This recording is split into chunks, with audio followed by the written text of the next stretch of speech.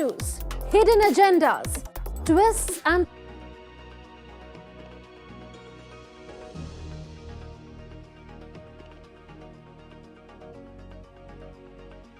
Live from New Delhi, you're watching DD India Live, India's Voice to the World. I'm Tanvi Taneja. Coming up in the next 30 minutes. Big relief for Donald Trump in hush money trial case, sentencing delayed until November 26th.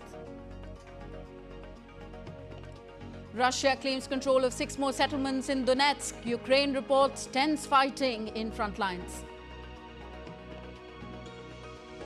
Flights grounded in Hanoi as a super typhoon Yagi hits Vietnam, claims 2 lives in China's Henan province. And in sports, home favourite Jessica Pegula will take on title favourite Arna Sabalenka in US Open women's singles final on Saturday night.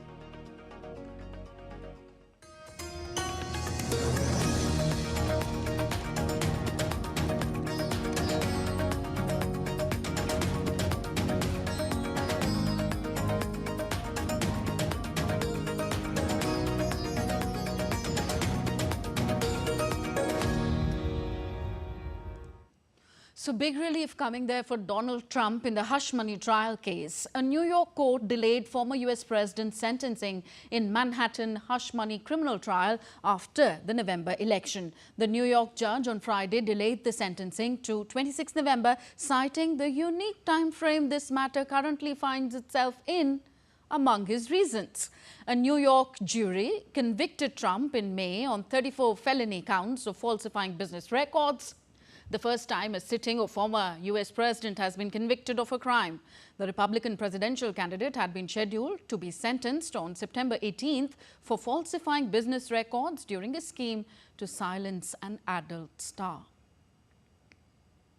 Donald Trump has welcomed the delay in hush money trial sentencing. Trump expressed relief over the postponement of the trial, labeling it as political interference in the 2024 election.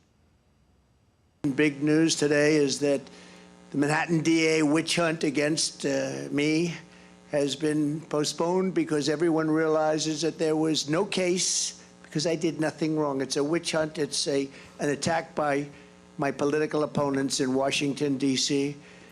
and Comrade Kamala Harris and radical left opponents for purposes of election interference. That's all that was. Ahead of next week's debate, US Republican presidential candidate Donald Trump mocked his Democrat rival and current Vice President Kamala Harris. Trump said that over the past 4 years, Kamala Harris and the radical Democrat Party have led a war on law enforcement in America. He also vowed to end what he called as Kamala's crime wave if elected in the November election. Trump made the remarks while addressing the Fraternal Order of Police in North Carolina on Friday and thanked them for their endorsement. As part of the Democrats' campaign in Michigan, US President Joe Biden signed an executive order on Friday to improve job scenario in the country. Biden claimed that he created 16 million new jobs since he took office of president in 2020. Popularly known as Good Jobs Order, the move will improve Democratic presidential nominee Kamala Harris's image among the labor and job seekers community. The US president signed the order in the presence of various labor union leaders from across the country. The order directs federal agencies to launch new programs for onshore manufacturing, making infrastructure upgrades and promote clean energy to adopt new labor standards in administering federal grants. The document is named as Executive Order on Investing in America and Investing in American Workers. Sign another groundbreaking executive order. It's called the Good Jobs Executive Order. For the first time in our history, the official policy of a presidential administration is to specify a clear list of higher labor standards for jobs created through my Investing in America agenda. And here's what my executive order will do. For jobs created using federal dollars, Good Jobs Executive Order will call on a federal agency to protect the workers, the power of the workers, to encourage the free and fair choice to join a union. US President Joe Biden will host British Prime Minister Keir Starmer for talks in Washington next week. The talks are expected to touch on the conflicts in Ukraine and Gaza, among other issues. Next Friday's meeting with the leader of one of America's closest allies comes as Biden looks to step up engagement on the international stage in his final months in office. This would be Starmer's second visit since he was elected earlier this summer. He visited the White House 2 months ago for one-on-one talks with Biden when he was in Washington for the NATO summit. Boeing's Starliner spacecraft landed uncrewed in a New Mexico desert on Friday, capping a 3-month test mission hobbled by technical issues that forced the astronauts it had flown to the International Space Station to remain there until next year. Starliner returned to Earth seemingly without a hitch, a NASA live stream showed.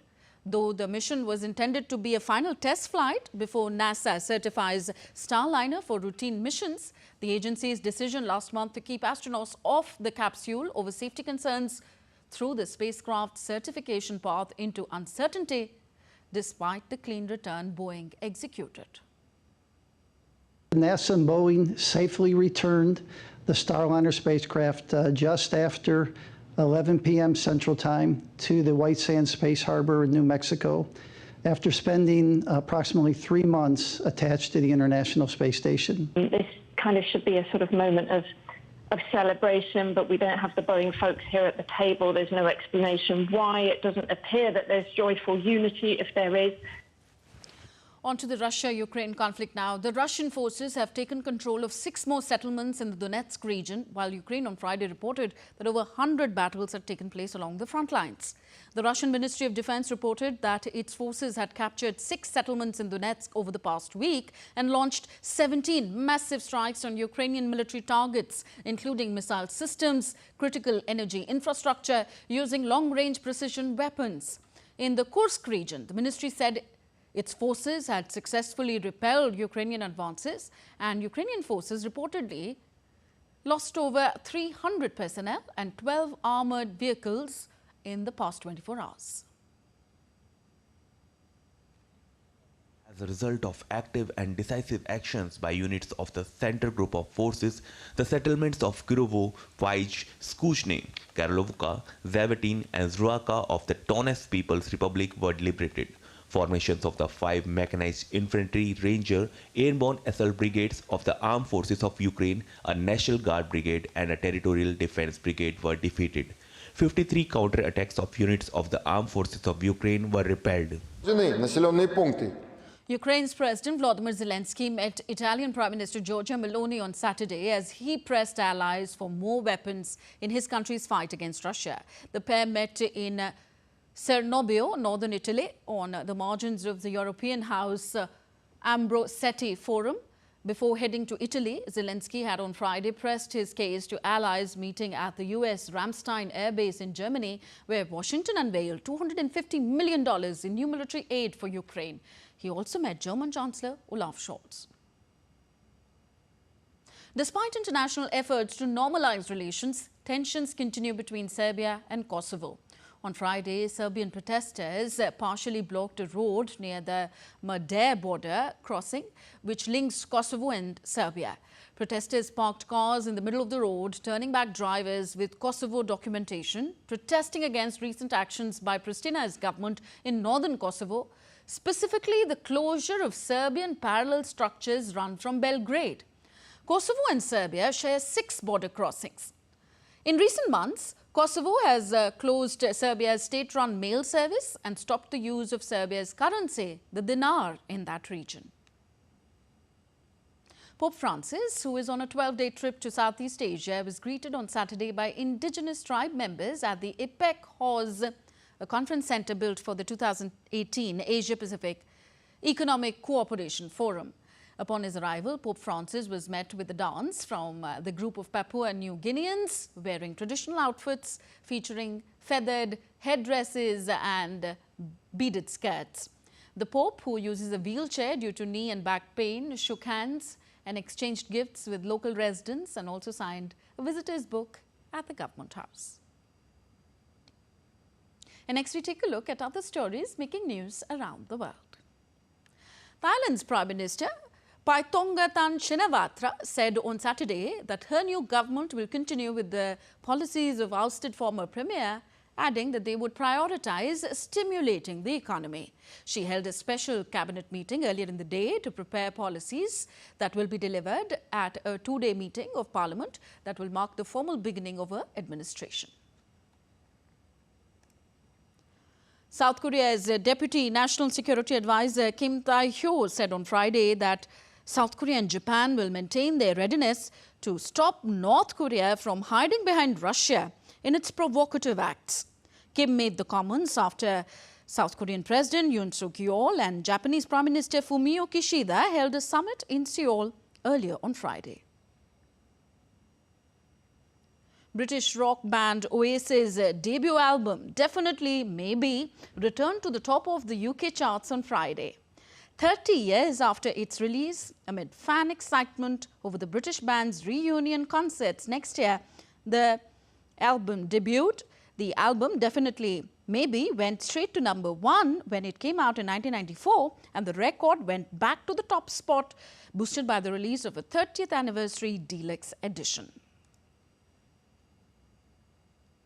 Asia's strongest storm this year, Typhoon Yagi, has made landfall in Vietnam on Saturday, bringing widespread devastation. The typhoon had earlier wreaked havoc in China, where it claimed 2 lives and left 92 people injured. In Vietnam, Yagi's wind speeds are exceeding 92 miles per hour, uprooting trees and sweeping ships and boats into the sea. Vietnamese authorities had warned that the typhoon posed a serious threat to the country, despite weakening slightly after its initial landfall in China. Before reaching Vietnam, Yagi struck China's southern island of Hainan. It caused severe flooding, uprooted trees and knocked out power to over 800,000 homes. Dozens of flights are grounded at Hanoi's Noi Bai International Airport as Super Typhoon Yagi slammed into Vietnam. Operations at 4 airports across Vietnam, including Noi Bai, have been temporarily suspended due to the typhoon. Packing maximum sustained winds of 234 kilometers per hour near its center, Yagi registers as the world's second most powerful tropical cyclone in 2024 so far, after the Category 5 Atlantic Hurricane Beryl, and the most severe in the Pacific Basin this year. On to India now. The country's meteorological department has issued heavy rainfall alert for several regions, including Gujarat, Vidarbha, eastern Rajasthan and western Madhya Pradesh for the next 2 days. Additionally, the IMD, India Meteorological Department, has issued an orange alert in Rajasthan, Gujarat, Maharashtra and Goa, predicting the possibility of heavy rains on September 7th. A yellow alert has also been issued for Delhi on Saturday. Further, the weather officials have also issued heavy rainfall alert for India's southern state, Andhra Pradesh, warning of significant weather disruptions over the next few days. Despite some floodwaters receding earlier, fresh rainfall and another breach in the Budameru rivulet have caused renewed flooding in parts of Vijayawada city. 26 teams of National Disaster Response Force, 8 helicopters of Indian Air Force, 3 helicopters and 1 Dornier aircraft of the Indian Navy have been mobilized for rescue operation. NDRF teams so far have rescued 350 people and evacuated 15,000 people in the state. You're with us on DD India Live, still to come on the show. India overtakes China in MSCI Emerging Market Investable Market Index for the first time, becoming the largest country by weight. India's stellar performance continues in Paris Paralympics 2024 with a total medal tally of 27. And colourful decorations, prayers, delicious modaks mark the festival of Ganesh Chaturti in India.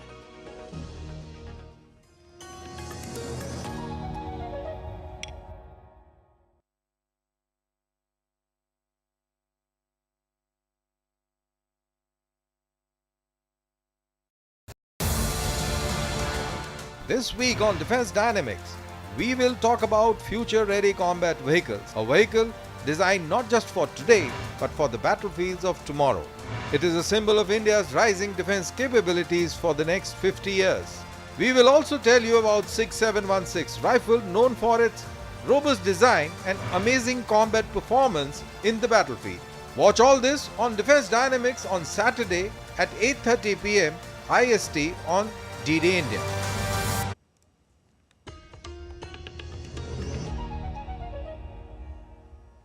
Welcome back. You're watching DD India Live. I'm Tanvi Taneja. More news from India. As part of his annual program related to Teachers' Day celebrations, India's Prime Minister Narendra Modi interacted with teachers from across the country at his official residence in New Delhi. During the interaction, he suggested teachers to explore Vedic mathematics and teaching of Sanskrit during school education. India's Prime Minister Narendra Modi, who takes keen interest in education through practice, said that even language should be taught through speaking. He gave his own example and recounted his experiences in this regard. Language बोलचाल से बहुत जल्दी सीखी जा सकती है। बिल्कुल sir. मुझे याद है मैं जब गुजरात में था तो नडियाद में मेरे यहाँ एक महाराष्ट्र का परिवार नौकरी के लिए, वो प्रोफेसर थे, नौकरी के लिए आए। उनके साथ उनकी वृद्ध माताजी थी। अब ये महाशय पूरा दिन भर स्कूल कॉलेज में रहते थे, लेकिन लैंग्वेज में जीरो रहे वो 6 महीने के बाद भी। और उनकी माताजी कुछ पढ़ी लिखी नहीं थी, लेकिन वो धन गुजराती बोलना शुरू कर दिया। तो मैं एक बार उनके यहाँ भोजन के लिए गया, मैंने पूछा ये नहीं, बोले हमारे घर में जो काम वाली है ना उसको और कुछ आता नहीं, तो बोले मुझे सीख गया। बिल्कुल सर। बोलचाल से सीखा जाता है। बिल्कुल सर। और मुझे बराबर याद है, मैं जब छोटा था तो मेरे स्कूल में जो टीचर थे थोड़े स्ट्रिक्ट भी थे और हमें स्ट्रिक्टनेस थोड़ी तकलीफ करती थी। लेकिन उन्होंने, राजा जी ने जो रामायण महाभारत लिखी है तो उसमें से रामायण की जो बहुत परिचित वार्ता तो सबको परिचित होती है, तो बड़ा आग्रह करते थे कि राजा जी ने जो रामायण लिखी है उसको थोड़ा धीरे धीरे पढ़ना शुरू करो। कथा पता था, भाषा पता नहीं थी, लेकिन बहुत जल्दी कोरिलेट करते थे। 1-2 शब्द समझ गए तो भी लगता था हाँ ये कहीं सीता माता की कोई चर्चा कर रहे हैं। India has surpassed China to become the top weight country in the Morgan Stanley Capital International MSCI Emerging Markets Investable Market Index. During the month of September, the weightage of India stood at 22.27% as compared to 21.58% of China in the index. The rebalancing reflects broader market trends. While Chinese markets have struggled on the back of economic headwinds in the country, Indian markets have benefited from favorable macroeconomic conditions. In the recent past, the country has posted a much superior equity market performance, driven by strong macroeconomic fundamentals of the Indian economy as well as robust performance by the corporates. Further, the gains in the Indian equity market have been broad-based, reflected across large cap as well as mid cap and small cap indices. So the key factors contributing to this positive trend include a 47% increase in foreign direct investment early this year, decreasing Brent crude prices and substantial foreign portfolio investment in Indian debt markets. According to analysts' estimates, post this rejig in the index, Indian equities could witness inflows of about $4 to $4.5 billion. So while interacting with media personnel, India's Union Minister Kiren Rijiju expressed pride on how the Indian economy has surpassed the Chinese economy over time.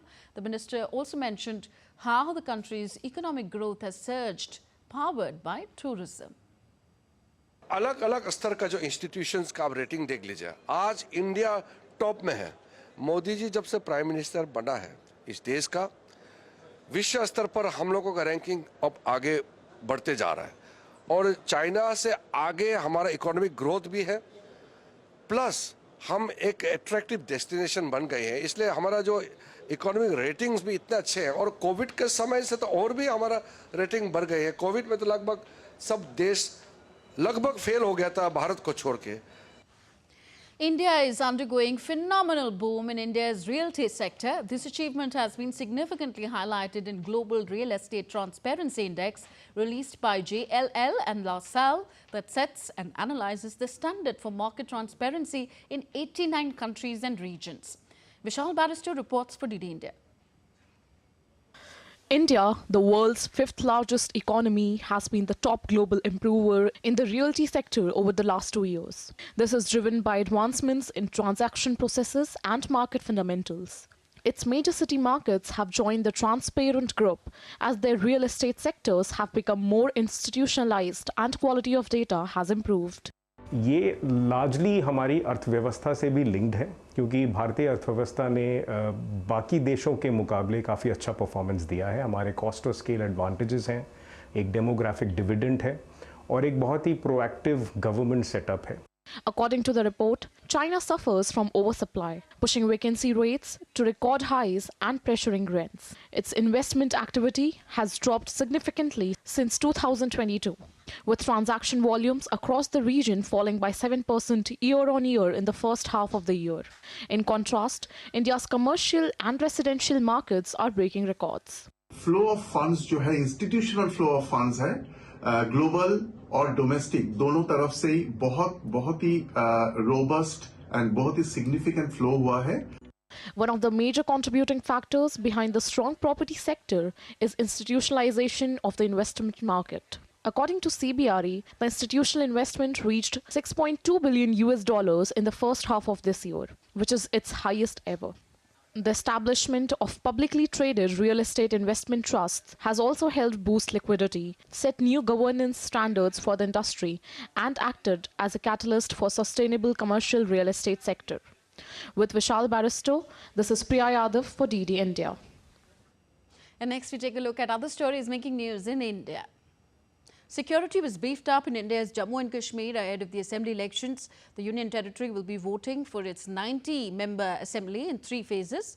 The first phase of voting is scheduled for September 18th. The other 2 rounds will be held on September 25th and October 1st. For the first time, CCTV cameras are being installed at all 534 polling stations with live monitoring from the Deputy Commissioner's office. Heavy deployment of forces was also seen in this regard. India successfully launched the intermediate-range ballistic missile Agni-4. The missile was test-fired from Integrated Test Range in Odisha's Chandipur district. It was conducted under the aegis of Strategic Forces Command. The Agni missiles are long-range nuclear weapons capable of surface-to-surface ballistic launch. And next, updates from Paris Paralympics 2024. So the India para medal winners received a warm welcome as they arrived at the Indira Gandhi International Airport in New Delhi from Paris on Saturday. Among the medal winners were Rakesh Kumar, who secured bronze medal, alongside Sheetal Devi in a mixed archery event. Meanwhile, Pranav Surma also received a warm welcome from his family and fans. India's super shooter Avani Lekra, who has secured her 2nd consecutive medal at the Paris Paralympics, was also welcomed with great enthusiasm. Para shooter Manish Narwal, who won a silver medal in the men's 10-meter air pistol SSH1 event, also received a grand welcome at the airport. Bronze medal winner Rubina Francis also arrived to a huge welcome. So day 9 for the Indian para contingent ended on another phenomenal note as India secured 2 medals on Friday. Praveen Kumar bagged India's 6th gold medal at the Paralympics, while Hokata Hotoje Serma won a bronze in the shot put final. Praveen Kumar competed in men's high jump T64 category, clearing 2.08 meters to claim his 2nd consecutive Paralympic medal, marking a remarkable continuation of his success on the international stage. Praveen now becomes only the 2nd Indian after Mariyappan Thangavelu to win gold in the Paralympic high jump event. Meanwhile, Sema bagged the bronze medal with a best throw of 14.65 meters in the F57 class. With this, India's historic medal tally at the Paris Paralympics has risen to 27. And on to tennis now. Home favourite Jessica Pegula will take on title favourite Aryna Sabalenka in the final of the US Open on Saturday. It will also be a rematch of their Cincinnati clash from less than a month ago, where Sabalenka emerged victorious. World number 2 Sabalenka, the double Australian Open champion, has made the final in New York for a second successive year after finishing runners-up to Coco Gauff in 2023. Pegula, meanwhile, in her first major final at the age of 30 after stunning top seed Iga Swiatek in the quarterfinals and then mounting an astonishing comeback to beat Karolina Muchova in the semi-finals. And across India, devotees are celebrating a popular Hindu festival, Ganesh Chaturti, also known as Vinayak Chaturti, on Saturday. This auspicious occasion honors the birth of Lord Ganesha, the elephant-headed deity revered for his wisdom, prosperity and good fortune. Colorful decorations, prayers, delicious food, especially the modaks, characterize this 10-day festival.